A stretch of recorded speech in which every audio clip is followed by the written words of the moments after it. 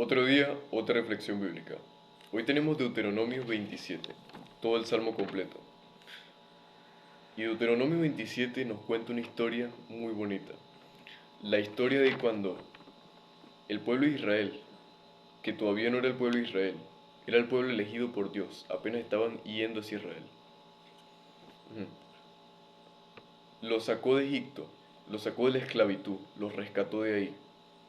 Iban con Moisés y los sacerdotes levitas, ya habían salido del desierto y apenas iban a cruzar el río Jordán.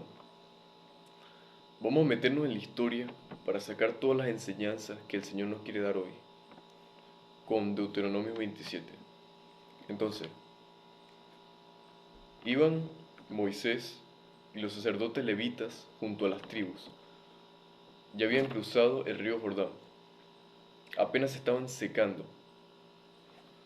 Y Moisés, por órdenes del Señor, les dijo que buscaran piedras grandes, y las cubrieran con yeso. Y ahí que fueran escribiendo todas las instrucciones que Moisés les iba dando. Y a la otra parte de la tribu, a otra parte de las tribus, Moisés les ordenó que buscaran piedras y con esas mismas piedras hicieran un altar hacia el Señor. Tenemos que recordar que apenas estaba pasando, ya cruzaron el río. Y en ese mismo instante Moisés empezó a ordenarles esas cosas, por mandato del Señor. Buscaran piedras e hicieran un altar al Señor. Y ahí es donde iban a presentar las ofrendas quemadas y sus ofrendas de paz. Entonces, ellos lo hicieron. Buscaron las piedras, las cubrieron con yeso e iban escribiendo todas las instrucciones de Moisés. Y la otra parte de las tribus buscaron las piedras, hicieron el altar y quedó todo bien bonito. Pero ese altar, Moisés les dijo que no podían lavar las piedras ni moldearlas con herramientas de hierro. Después de eso, los sacerdotes levitas y Moisés se dirigieron a todo el pueblo, a todas las tribus, con las siguientes palabras. Oh Israel, hoy te has convertido en el pueblo del Señor tu Dios. Por lo tanto, obedece al Señor tu Dios cumpliendo todos sus mandamientos y decretos que te entrego hoy. Y así fue, ellos estuvieron de acuerdo. Después, ahí fue cuando los sacerdotes levitas y Moisés nombraron por primera vez al pueblo de Israel. Ustedes van a ser el pueblo de Israel. Ya habían pasado a la tierra prometida, porque el río Jordán era lo único que estaba en el medio de ellos y la tierra que el Señor les prometió. Ya estaban en esa tierra, porque ya habían cruzado ese río. Esa tierra el Señor se las había prometido, una tierra donde fluye la leche y la miel. Y tenemos que entender qué significa esto. Esa metáfora, donde fluye la leche y la miel, representa la abundancia, la riqueza y la prosperidad, porque estaban en la tierra que el Señor les había prometido, una tierra abundante, próspera, rica, rica en pastizales, rica en tierras para construir y para reproducirse, para trabajarla, para cosechar, para hacer muchas cosas, con vegetaciones diferentes, porque tenemos que acordarnos que ellos estaban en el desierto, y allí habían praderas, habían árboles, habían ríos, una tierra próspera, donde ellos podían reproducirse, trabajar, cosechar, tener ganado, hacer muchísimas cosas que ellos no podían hacer. Por eso es la tierra que el Señor les dio, la tierra que el Señor les había prometido. También tenemos que dejar claro que el Señor cumple todo lo que promete.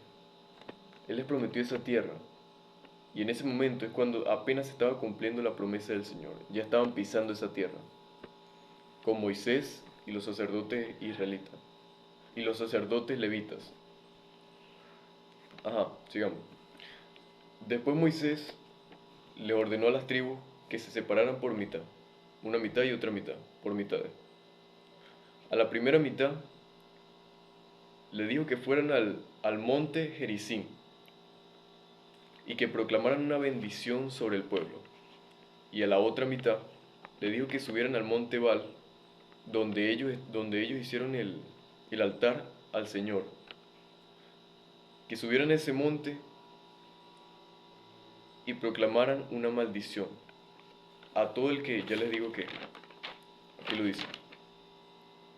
Entonces los levitas dirán con voz potente a todo el pueblo de Israel: maldito todo el que talle o funde un ídolo y lo erija en secreto.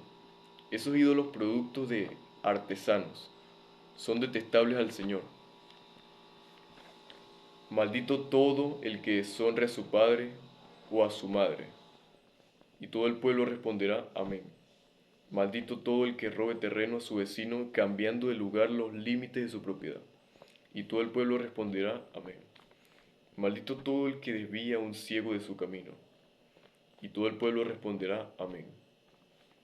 Maldito todo el que se niegue a hacer justicia al extranjero y al huérfano o a la viuda.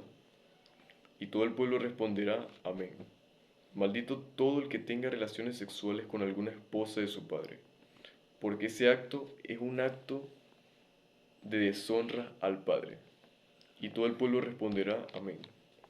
Maldito todo el que tenga relaciones sexuales con un animal. Y todo el pueblo responderá: amén. Maldito todo el que tenga relaciones sexuales con su hermana, tanto por parte de padre como de madre. Y todo el pueblo responderá: amén. Maldito todo el que tenga relaciones sexuales con su suegra. Y todo el pueblo responderá: amén. Maldito todo el que ataque a su vecino en secreto. Y todo el pueblo responderá: amén. Maldito todo el que acepte un pago para matar a un inocente. Y todo el pueblo responderá: amén. Y por último, lo más importante, maldito todo el que no acepte ni obedezca estas condiciones. Y todo el pueblo responderá: amén. Estas son las condiciones que el Señor les puso al pueblo de Israel para que siguieran en esa prosperidad, en esa abundancia, para que pudieran reproducirse y prosperar en esa tierra que apenas les estaba dando. Y si nos ponemos a ver, estas cosas también aplican para nosotros, que no son tan frecuentes en el día a día, pero siguen pasando. Y hay que tener cuidado con hacerlo, porque esta maldición no solo era para ese pueblo, es para toda la humanidad.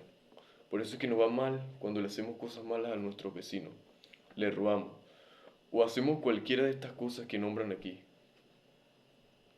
Entonces las enseñanzas del día de hoy, para resumir, fueron: el Señor siempre cumple su promesa, así como la cumplió rescatando a esa tribu, a esas tribus, a ese pueblo que Él eligió, lo llamó Israel, que rescató por medio de Moisés, porque Moisés fue el que lo sacó de ahí. Ujú. El Señor siempre cumple lo que promete. Y la otra enseñanza es estas maldiciones, de las cosas que no tenemos que hacer, porque si las hacemos, estaremos cayendo en esa maldición que esas tribus proclamaron en ese momento, porque no solo fueron para ellos, sino para toda la humanidad.